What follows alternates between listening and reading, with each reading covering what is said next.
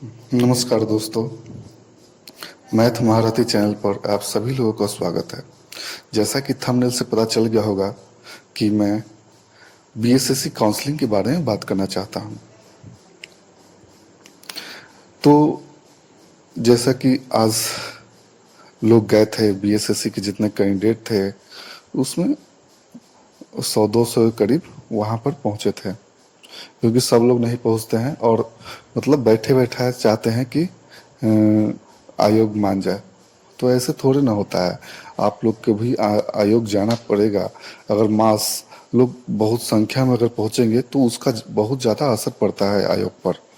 लेकिन आप लोग तो हैं कि घरों बैठे रहते हैं और 100-200 अभ्यर्थी वही हर बार जाते हैं। तो इसलिए आपसे विनती है, अगर आप नौकरी चाहते हैं तो कृपया करके आइए। हम मतलब जब भी बुलाया जाए तब आइए।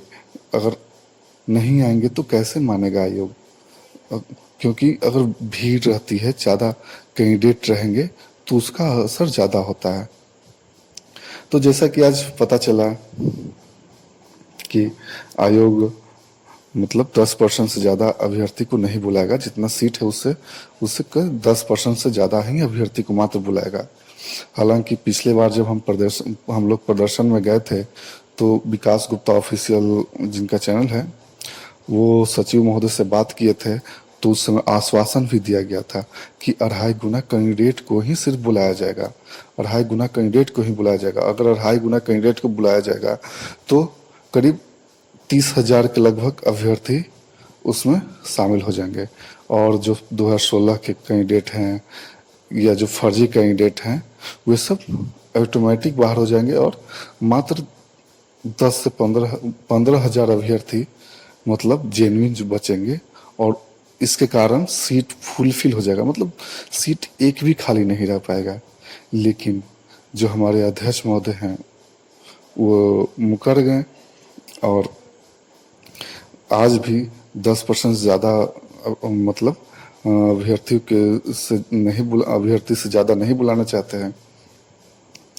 यहाँ तक कि हम लोग रिक्वेस्ट भी किए तो उल्टी हम लोगों से ही प्रूफ मांगा जा रहा है कि बिहार के किस एग्ज़ाम में 2.5 गुना छात्र को बुलाया था। हालांकि बहुत सारे ऐसे एग्ज़ाम हुए हैं जिसमें 2 गुना 2.5 गुना छात्रों को बुलाया गया है। बीपीएससी भी बुलाती है। यहाँ तक कि मैंने खुद एमटीएस का एग्ज़ाम दिया था, उस समय मेरिट लिस्ट में छट गया था, तो उसमें डॉक्यूमेंट वेरिफिकेशन में 2 गुने छात्र को बुलाया गया था। तो बहुत सारे ऐसे एग्ज़ाम हैं जिसमें 2 गुने छात्र को और 2.5 गुना छात्र को बुलाया जाता है। लेकिन यहाँ पर तो कुछ अलग है। सचिव महोदय मानने को तैयार नहीं थे। ऑन द स्पॉट उस समय मान रहे हैं कि किस एग्ज़ाम में 2 गुने छात्र बुलाता है। आप एग्ज़ाम लेते हैं, आप एग्ज़ाम कंडक्ट करते हैं और उल्टी हम लोगों से ही मांगा जाता है कि हम लोगों से प्रूफ दीजिए। तो अध्यक्ष महोदय से और सेक्रेटरी महोदय से नम्र निवेदन है कि कृपया करके हम लोगों के भविष्य के साथ खिलवाड़ नहीं कीजिए, क्योंकि 8 साल से इसी एग्ज़ाम पर टिके हुए हैं। बहुत सारे एग्ज़ाम आए गए, लेकिन ये एग्ज़ाम जो था बहुत ही भरोसा था इसमें कि इसमें सफल होंगे। बिहार के वासी हैं, बिहार में ही नौकरी लगेगी। लेकिन बहुत कम आशा रह गया है। अगर इस तरह हो गया तो बहुत सारा सीट बैकलॉग में चल जाएगा और जिसके कारण से बहुत सारे अभ्यर्थी को निराशा प्राप्त होगी। और बहुत सारे ऐसे अभ्यर्थी हैं कि जिनका एज मतलब खत्म हो गया है और खत्म होने को भी है। वो मतलब सिर्फ इसी एग्ज़ाम पर ही टिके हुए हैं। तो कृपया करके अध्यक्ष महोदय, सचिव महोदय से मैं नम्र निवेदन करता हूँ कि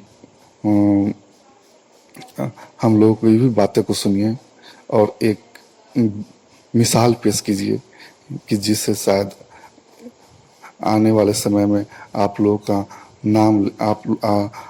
का नाम ले कि एक ऐसा भी सचिव महोदय आए थे जिसने कारण फेयर एग्ज़ाम हुआ, फेयर तरीके से काउंसलिंग हुआ और सारा सीट फुलफिल हो गया।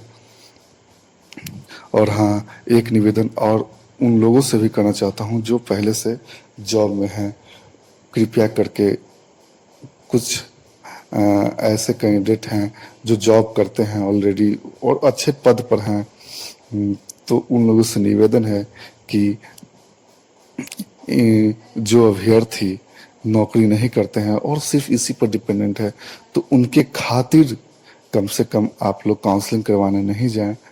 इससे आपको शायद दूसरे के भलाई हो और आपका नाम लेगा।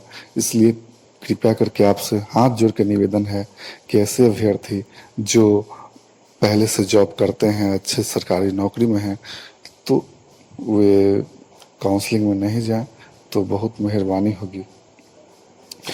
अब जहाँ तक कट ऑफ की बात करें तो कट ऑफ पर थोड़ा सा तो प्रभाव जरूर पड़ेगा, ज़्यादा प्रभाव नहीं पड़ने वाला है, लेकिन थोड़ा मोड़ा तो जरूर प्रभाव पड़ेगा। तो कट ऑफ जो है 105 से 110 के बीच ही रहेगी, क्योंकि क्वेश्चन का लेवल बहुत अच्छा था। मतलब ऐसा नहीं था कि बहुत मतलब लो लेवल का दे दिया था। क्वेश्चन का लेवल इतना अच्छा था कि उसके सामने दरोगा का क्वेश्चन भी नहीं टिक पाता, इतना अच्छा क्वेश्चन का लेवल था। मतलब ऐसे बहुत हमारे नज़र में ऐसे बहुत से कैंडिडेट हैं जो दरोगा दरोगा में क्वालिफाई हैं, दरोगा में वो क्वालिफाई कर गए हैं और उनका भी अच्छा एग्जाम नहीं गया था बीएसएससी में। तो क्वेश्चन का लेवल बहुत अच्छा था। और हाँ, और आप लोगों से भी कहना चाहते हैं कि डिप्रेशन में नहीं होना है, बस आगे की पढ़ाई जारी रखनी है। ये सिर्फ जिंदगी का अंतिम मकसद नहीं होना चाहिए कि बीएसएससी ही अंतिम है। आगे की तैयारी जारी रखिए। तो आगे की अपडेट देने के लिए ज़रूर हम आपसे फिर मिलेंगे। धन्यवाद।